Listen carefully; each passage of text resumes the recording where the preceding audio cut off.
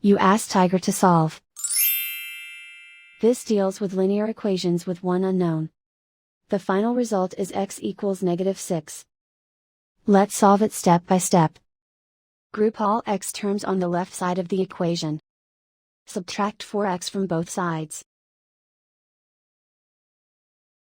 Group like terms.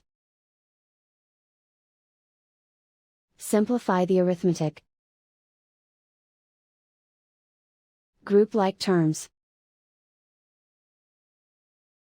Simplify the arithmetic. Group all constants on the right side of the equation. Add 3 to both sides. Simplify the arithmetic.